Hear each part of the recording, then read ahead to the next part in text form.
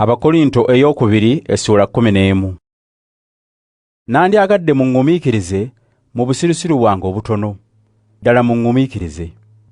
Mbalinako ebbuba nga Katonda ly'abalinako, kubanga nabaleeta eri Kristo aboogereze, nga muli ng'omuwala embeerera aweebwayo eri bba omu yekka. Kyokka ntya nti ng'omusota bwe gwalimbalimba Hawa olw'obukujjukujju bwagwo, ebirowoozo byammwe bijja kubakyamya muleme okweweerayo ddala eri Kristo ku mazima.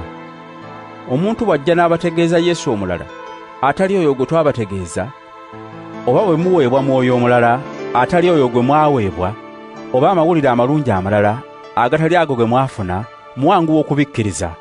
Ndowooza nti abo abatume abakulu ennyo tebalina kye bansinza n'akatono. Nnyinza okuba nga siri mumanyirivu mu kwogera, naye amagezi nnina, era ekyo twakibalaga mu byonna ne mu buli ngeri. Bwe nabategeeza amawulire amalungi agava eri Katonda, sirina kye nabasasuza, neetowaza mwe mulyoke mugulumizibwe. Ekyo nakola kibi? Ebibiina ebirala ebyabakkiriza Kristo nabimalako kumpi buli kantu okufuna ebinnyamba nga nkola omulimu mu mmwe.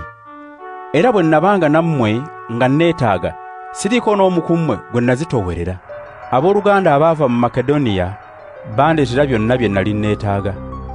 Nali mwegendereza, era njija kwegenderezanga nneme okubazitoowerera mmwe mu ngeri yonna. Ng'amazima ga Kristo bwe gali mu nze, tewali alinzijjako kwenyumiriza okwo mu Akaya yonna. Lwaki? Kubanga mmwe sibaagala? Katonda amanyi nti mbaagala. Njija kweyongera okukola ekyo kye nkola kaakano, ndyoke nziyiza abo abeenyumiririza mu butume bwabwe nga bagamba nti bakola nga bwe tukola. Abantu ng'abo beeyita batume so nga si bwe bali, bakozi ab'obukuusa abeefuula abatume ba Kristo. Era ekyo tekyewuunyisa, kubanga ne Sitaani yeefuula malayika ow'ekitangaala. N'olwekyo kyangu n'abaweereza be okwefuula abaweereza b'ebyobutuukirivu, ku nkomerero baliweebwa ebibasaanira olw'ebikolwa byabwe. Nziramu okugamba nti waleme kubaawo n'omu alowooza nti ndi musirusiru.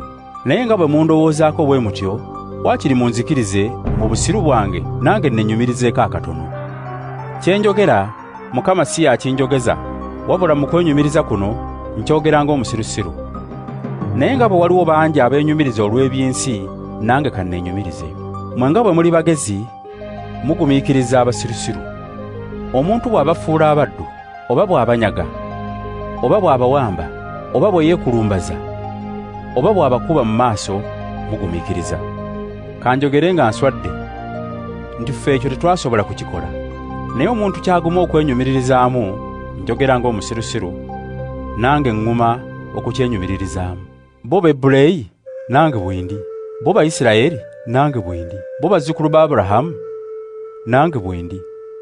Bo baweereza ba Kristo, njogera ng'omulalu. Nze mbasinga okukola ennyo.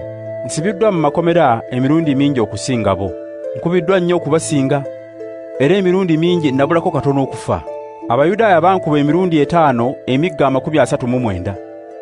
Emirundi 3 nakubibwenga, era olumu nakubibwa amayinja. Eryato lyatonoonekako emirundi 3, n'ensula era n'ensiiba mu buziba bw'ennyanja.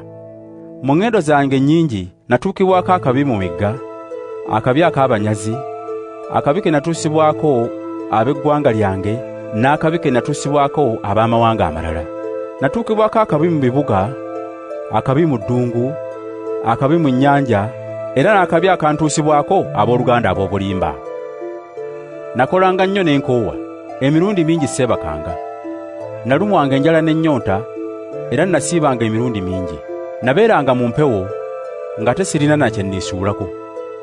Era okwongera ku ebyo, buli lunaku mba nzitoowereddwa okweraliikirira olw'ebibiina byonna ebyabakkiriza Kristo. Ani aggwaamu amaanyi ne simulumirwa?